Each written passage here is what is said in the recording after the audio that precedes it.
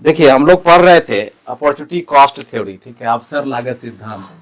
अवसर लागत सिद्धांत किसका है? अंतर्राष्ट्रीय व्यापार का। किसने दिया था? प्रोफेसर हैबरलर ने, ठीक है। इसने 3 बातें बताई थी, एक बार 5 मिनट में रिव्यू देख लीजिए। पहला क्या था? स्थिर अवसर लागत, ठीक है। उसके बाद था ह्रासमान अवसर लागत, और तीसरा था वृद्धिमान अवसर लागत, ठीक है। देखिए इसको क्या है इसको है जो है ये कांस्टेंट अपॉर्चुनिटी कॉस्ट है ये, ठीक है। कांस्टेंट अपॉर्चुनिटी कॉस्ट, इसमें क्या बताया गया था कि delta y by delta x equal to 0 रहेगा, अर्थात यहाँ पर नो ट्रेड होगा, कोई व्यापार नहीं होगा, क्योंकि दोनों के जो वस्तु बना रहा है दोनों में लागत में अंतर नहीं है। लागत में अंतर नहीं होने के कारण कोई व्यापार नहीं होगा इसमें, ठीक है ना। ये हम लोग पढ़ा रहे थे। इसको इसमें है कि अगर लागत घट रही है, ठीक है, अवसर लागत घट रही है अर्थात इसका उल्टा हो जाता है, तो यहाँ पर उत्पादन बढ़ रहा है, ठीक है। और यहाँ कहता है कि लागत अगर बढ़ रही है तो उत्पादन घट रहा है, तो दोनों में अलग अलग उलट के डिफिनेशन होता है। कब? जब हम कॉस्ट की बात करेंगे और जब हम लागत की बात करेंगे तो उत्पादन की मात्रा बढ़ेगी उसमें। तो इसका हम लोगों ने डायग्राम में देखा था, इसका जो बनाया गया था वो डायग्राम था आपका, ये था, ये आपका था और ये था, दोनों पैरेलल था आपका, ठीक है। ये इसका प्राइस लाइन था और ये इसका था। तो कह रहा है यहाँ जो ये डेल्टा वाई है और डेल्टा एक्स है और इसका जो डेल्टा वाई डेल्टा एक्स था, ठीक है, वो दोनों इक्वल था, बराबर था ये, ठीक है। अर्थात नो ट्रेड हो रहा है यहाँ पर, नो ट्रेड हो रहा है। मान लेते हैं यहाँ पर हम लेबर लेते हैं, यहाँ कैपिटल लेते हैं, ठीक है, तो नो ट्रेड दिखा रहा था ये। क्यों? क्योंकि दोनों का जो मान होता है वह 0 के बराबर आता है, ठीक है। लेकिन फिर हैबरलर साहब ने कहा कि व्यापार हो सकता है, व्यापार होने पर जब वह आपस में एक दूसरे को अंतर्राष्ट्रीय स्तर पर जब वह देखेगा तब व्यापार उसमें हो सकता है, ठीक है ना। तो इसका अलग से एक डायग्राम बनाया। डस्टर कहाँ है? हम लोगों ने देखा था, इसमें वृद्धिमान में हमारा चित्र था, ये आप लोगों को पढ़ा दिए हैं, यह था। और इसमें जो है ये चित्र था, ये था। इस तरह से दोनों का अलग अलग बनेगा। आप अब आगे डिटेल में देखिएगा इसको, यहाँ तक पढ़ाया हुआ था आप लोग, ठीक है ना। इसमें क्या था? इसमें आपको था, एक चित्र देख लीजिए। ये मान लेते हैं कि देश ए का है, ठीक है ना, ठीक है, और ये देश बी का है, ठीक है ना, कंट्री है, मान ले सी डी है। तो आप यहाँ लेबर ले लेते हैं या एक्स गुड ले लीजिए, लेबर, ठीक है। और यहाँ पर आप ले लेते हैं कैपिटल गुड्स है, आप ले लेते हैं वाई ले लेते हैं, ठीक है। तो कंट्री ए क्या कहता है? कंट्री ए कहता है कि जो ये गुड्स है, वाई गुड्स, ये बनाएगा ओए तक, और ये जो एक्स गुड्स है वो लेबर के सहयोग से बनेगा, वो ओबी तक बनाएगा। ये कंट्री ए का जो है ये प्राइस लाइन कहता है, ये पीपीसी कहता है।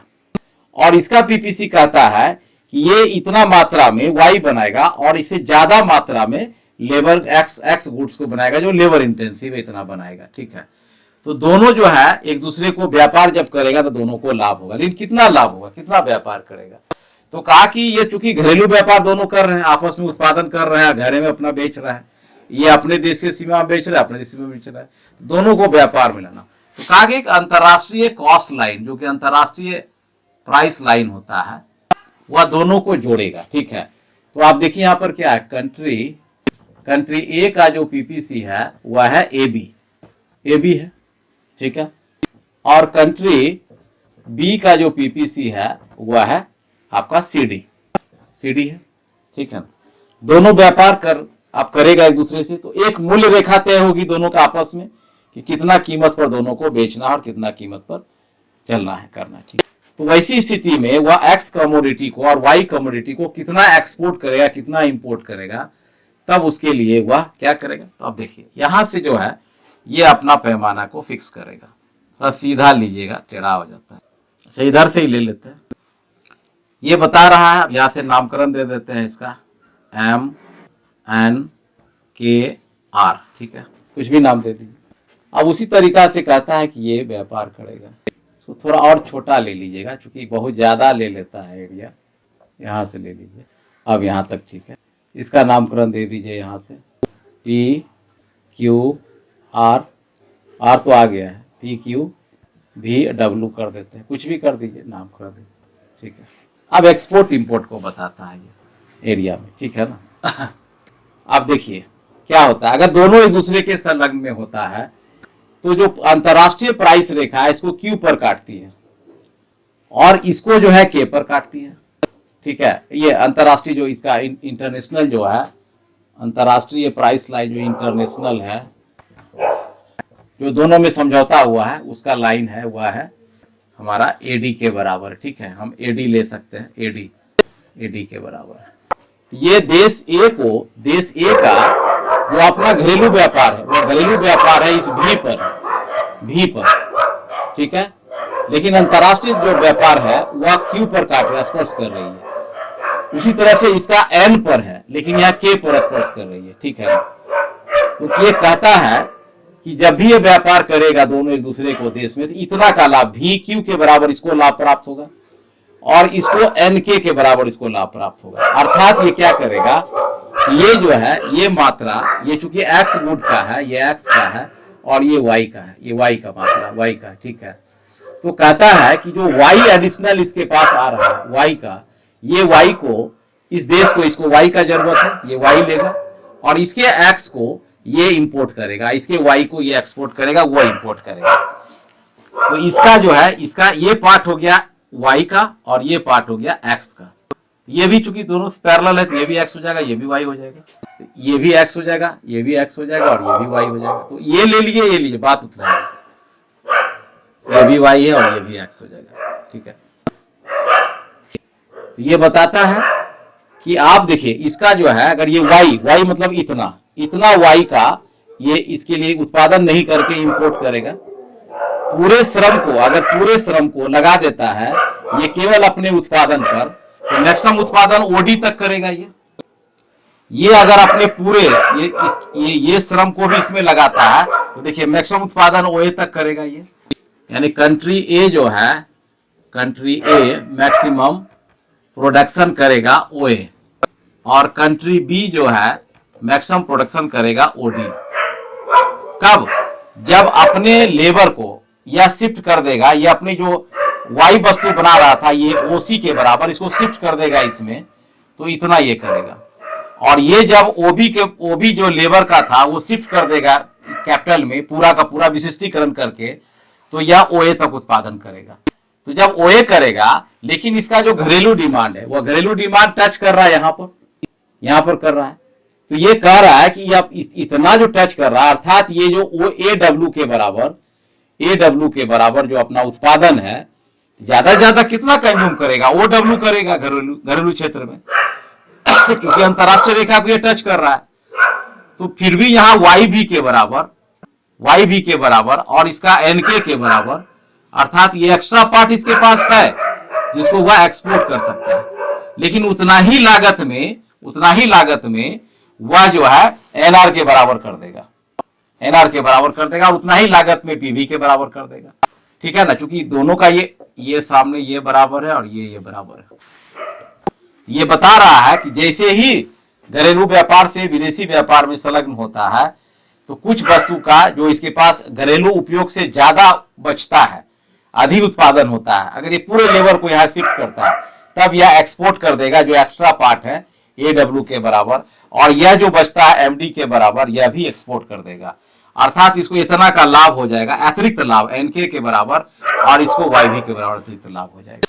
तो ये कहते हैं हेबरलर साहब कि दोनों देश एक दूसरे से अगर उत्पादन कर रहा है तो घरेलू सीमा के अंतर्गत ठीक है, लेकिन जैसे ही अंतरराष्ट्रीय मूल्य पर आएगा, अंतरराष्ट्रीय पर आएगा, डिमांड पर आएगा, तो दोनों देश एक्सपोर्ट इंपोर्ट अपने बचे हुए अतिरिक्त पार्ट को कब, एक शर्त के अनुसार से, जब वह शिफ्ट कर लेगा सारे लेबर को इसमें और सारे कैपिटल को इसमें, तब जाके वो स्पेशलाइजेशन हो जाएगी और तब वह एक्सपोर्ट इंपोर्ट कर पाएगा और व्यापार में संलग्न हो जाएगा। देखिए क्या बताता है ये बताता है आपको कि ये पॉसिबिलिटी जो कर्व है, जो संभावना वक्र है, ये क्या है, चूंकि वृद्धिमान है, वृद्धिमान का बताए थे किस तरह से होता है, बढ़ते हुए कॉनकेव हो जाता है ये। तो ये जो इसका संभावना वक्र है, ये डोमेस्टिक जो है, ये डोमेस्टिक ये प्राइस लाइन है, ये वाला, जिसे इसका नाम दे दीजिए, ये भी दे दिए ना, इसका दे देते हैं CD, इसका नाम दे देते हैं EF, ठीक है। और इसका नाम दे दीजिए U1, इसका नाम दे दीजिए U या U दे दीजिए। यूटिलिटी वक्र है, ये कंजम्पशन कर्व है सामुदायिक का, ठीक है ना। ये बताता है कि यहाँ पर क्या हो रहा है। देखिए ये जो है AB जो है ये है PPC है, प्रोडक्शन पॉजिटिव संभावना वक्र है, ठीक है। अब ये कह रहा है कि U1 क्या है, देखिए ये जो है EF है, ये प्राइस लाइन है, ठीक है ना। और U1 क्या है, U1 है यूटिलिटी कर्व है, ठीक है। या इसको कम्युनिटिव कर्व भी, इसको CIC भी कहा जाता है, कम्युनिटी इंडिफरेंस कर्व। उसी तरह से यहाँ भी है, ये भी है। यहाँ भी CD जो है प्राइस लाइन है, CD जो है ये प्राइस लाइन है, ठीक है। और ये U जो है, यहाँ भी U केवल यूटिलिटी है, यूटिलिटी कर्व है, ठीक है। ये हो गया आपका। अब ये बताता है कि देखिए जैसे अगर मान लेते हैं कि आपका इस बिंदु पर, देखिए क्या है, इस बिंदु पर तीनों चीज बराबर है। मान ले डोमेस्टिक व्यापार हो रहा था, ठीक है, और ये अंतरराष्ट्रीय प्राइस लाइन है, एक मान लेते हैं, इसका भी नाम दे दीजिए कुछ, इसका दे दीजिए RK, ठीक है। तो जो RK है, ये है इंटरनेशनल प्राइस लाइन है, ठीक है, अंतरराष्ट्रीय व्यापार रेखा। तो यहां तक कहता है घरेलू व्यापार आप कर रहे हैं, आप यहां तक इस पोजीशन में घरेलू व्यापार अपना उत्पादन कर रहे हैं, अर्थात इसको यहां ले सकते हैं, इतना उत्पादन इसका और इतना इसका करते हैं, ठीक है। लेकिन जैसे ही आप ये डोमेस्टिक से बाहर निकलते हैं, अंतरराष्ट्रीय प्राइस लाइन के ऊपर आते हैं, तो आपका देखिए पैमाना बदल जाता है। आप ये लेते हैं और ये ले लेते हैं, ठीक है, इतना आपका चेंज हो जाता है। यही कह रहा है कि आपका जो यहाँ पर चूंकि तीनों बराबर होता है, P1 पे क्या क्या बराबर है, P1 पे जो बराबर है, P1 पे बराबर है RK, बराबर है आपको ये EF, बराबर है U1, तीनों बराबर है, ठीक है। डोमेस्टिक में क्या है, डोमेस्टिक में देखिए जो P पर है वह बराबर है आपका CD, जो डोमेस्टिक प्राइस लाइन है, बराबर है U, इतना ही है। यहाँ तो चूंकि देसी व्यापार आप अंदर में कर रहे हैं, इतना बना रहे हैं इसका X कमोडिटी का, ये वेट का, और इसको बना रहे हैं Y कमोडिटी यानी क्लॉथ को बना रहे हैं आप, इतना करें। लेकिन जैसे ही विदेशी व्यापार में आप संलग्न होते हैं तो आपका क्या होता है, विशिष्टीकरण के पश्चात ये जो आप मिस कर रहे थे, ये AY ये आपको मिलने लगता है, और इसका जो हो रहा था, इसमें इसका जो हो रहा था उसको भी इतना यहाँ मिल रहा है, इस हिसाब से यहाँ मिल रहा है X1 पे और यहाँ पर मिल रहा है Y1 पे। तो चेंज हो जाता है अंतरराष्ट्रीय व्यापार होने का, अर्थात कहता है कि जो मार्जिनल रेट ऑफ सब्स्टिट्यूशन है यह इसमें यहाँ पर ज्यादा होता है और यहाँ कम होता है घरेलू व्यापार में। यही बता रहा है इसमें घरेलू व्यापार बनाम अंतरराष्ट्रीय व्यापार। हम लोग जो है ना, इसको थोड़ा सा सुधार कर दीजिए, इसको थोड़ा सा सुधार कर दीजिएगा, इसको इस तरह ले लीजिए, ठीक है, या इसको और बाहर भी ले सकते हैं, इसे भी ले सकते हैं, तो U हो जाएगा U1, इस तरह ले लीजिए, ठीक रहता है। क्योंकि इससे होगा ना कि मैं इसलिए बता रहा हूं कि यहां तो ये देसी जो डोमेस्टिक प्राइस लाइन है CD, इसको तो स्पर्श कर ही रहा है। ये अंतरराष्ट्रीय रेखा हम लिए थे, ये नहीं लिए थे हम उल्टा लिखा गया। अगर ये अंतरराष्ट्रीय रेखा लेंगे तब इसको CIC यहां से टच करेगा। ये तो हमारा डोमेस्टिक प्राइस लाइन ही है, जैसे ये है वैसे ये है। लेकिन एक अंतरराष्ट्रीय प्राइस लाइन हमने RK लिया, तो इसको जो CIC यानी जो यूटिलिटी कर्व स्पर्श करेगी वो इस तरह से ऊपर से नीचे करेगी। क्योंकि डोमेस्टिक से क्या मतलब है, डोमेस्टिक तो यहां दिखाई रहा है, तो अंतरराष्ट्रीय रेखा RK करेंगे हम। इसको खींचे थे उसी तरीका से कि EF के लिए, लेकिन चूंकि बाद में हमने RK को मान लिया, RK बराबर इंटरनेशनल प्राइस लाइन को, इसलिए इधर से स्पर्श करा दीजिएगा और इधर निकाल दीजिए, कोई दिक्कत नहीं, या नीचे निकाल लीजिए, कहीं निकाल, लेकिन यहाँ लग रहा कंफ्यूजन हो जाएगा, इसलिए इधर ही मोड़ दीजिए, इसको कोई दिक्कत नहीं। थोड़ा सा खाली आप लोग सुधार कर लीजिए। लेकिन अगर इसको मानिएगा इंटरनेशनल प्राइस लाइन, इसको डोमेस्टिक मानिएगा, तब ये सही हो जाएगा। लेकिन यहाँ नामकरण उलट गया है, इसलिए थोड़ा सा डिफरेंस करना पड़ेगा। समझे कि नहीं आप लोग? देखिए हम फिर से बनाते हैं। देखिए, अरे देखिए यहाँ बहुत मायने है, रेखा का बहुत मायने रहता है ना। रेखा नहीं समझिएगा ना तो फिर मुश्किल है, थोड़ा सा भी डिफरेंस होता है, मीनिंग बदल जाता है। अमूर्त है ना, लिखना आसान है, रेखा चित्र से बनाना जो है ना वो टफ हो जाता है। ये आपका PPC है, मान लेते ये भी है, ये क्या है, ये पीपीसी है आपका, ए बी बराबर है आपका पीपीसी, प्रोडक्शन पॉसिबिलिटी कर्व, ठीक है। अब आप मान ले देश है, ठीक है, अभी एक ही देश के बारे में बता रहे हैं, अब इसका एक और चित्र बताएंगे दूसरे देश के बारे में। मान लो एक देश है, उसका पीपीसी, वो क्या कर रहा है, वो घरेलू जो है व्यापार कर रहा है अपने देश में, यहाँ पर। तो ये हो गया घरेलू व्यापार का, ये नाम दे दीजिए इसका सीडी। तो सीडी जो हो गया घरेलू व्यापार का प्राइस लाइन हो गया, ठीक है। जब प्राइस लाइन होगा सीडी, तो इसका जो जाएगा वो सीआईसी, ये यहां से गुजरेगा। तो सीआईसी कहिए या यू कहिए, यू, ठीक है, यू, ठीक है, यहां तो गुजर गया। इसको हम पी बोलेंगे, पी पॉइंट पर, अर्थात यह क्या कर रहा है, ये इतना उत्पादन यहां कर रहा है और इतना व्यापार इतना। अब ये क्या होगा, अपने उत्पादन को विदेशों में ले जाएगा, अर्थात विदेशी इसी चूंकि इसी उत्पादन रेखा पर ही करना है उसको, इसी पीपीसी पर करना है। तो इसी पीपीसी पर करने के लिए ये डोमेस्टिक लाइन मान लेते हैं इस पोजीशन में जाता है, अर्थात इसका नाम सीडी है, अब इसका नाम रख देते हैं ईएफ। तो देखिए ये पीपीसी को यहाँ टच कर रहा है, ठीक है, चूंकि ये बढ़ाएगा ना, इसका उत्पादन की क्षमता तो ओए है और यहाँ ओ भी है, तो ओए में तो कम है, तो इधर तो ले लिया, ये इसको कवर कर लिया, इसको कवर करेगा, तो अर्थात ये सीमा खाली है, यहाँ व्यापार का क्षेत्र बढ़ाएगा ताकि इसमें विशिष्टीकरण आ जाए, इस लेबर को उठाकर यहाँ लाएगा तो इसकी विशिष्टीकरण बढ़ जाएगी। तो ये कह रहा है कि ये हो गया इसका।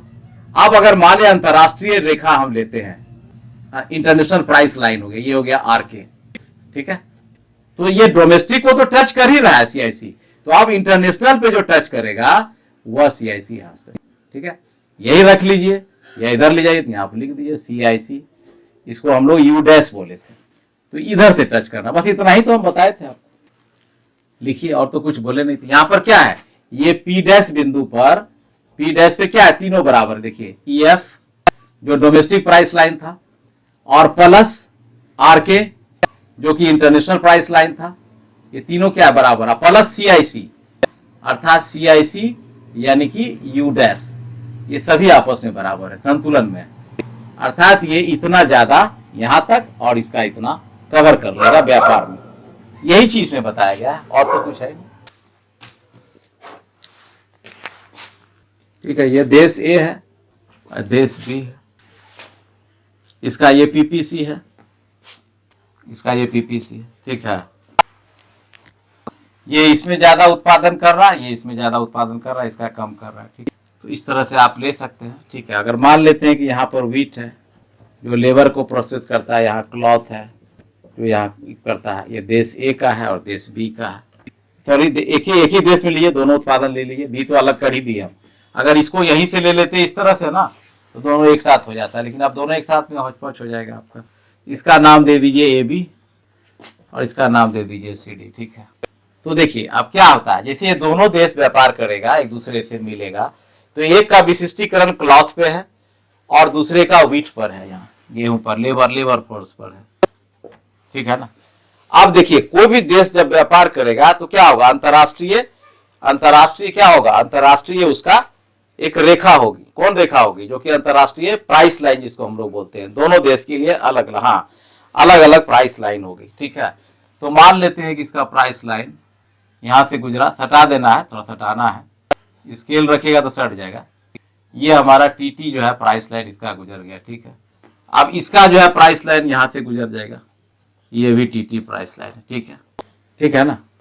तो आपका जो प्राइस लाइन, आपका टीटी जो प्राइस लाइन है, ये बताता है कि आप अंतरराष्ट्रीय रेखा आपके संभावना वक्र को यहाँ स्पर्श कर रही है और इसके संभावना वक्र को इस बिंदु पर स्पर्श कर रही है। दोनों का नाम अलग अलग दे सकते हैं आप, कुछ भी नाम दे दीजिए, मान लो इसका पी दे दीजिए, इसका क्यू दे दीजिए, इसका पी दीजिए, इसका क्यू दे दीजिए, आपको आसान रहेगा करना, ठीक है ना।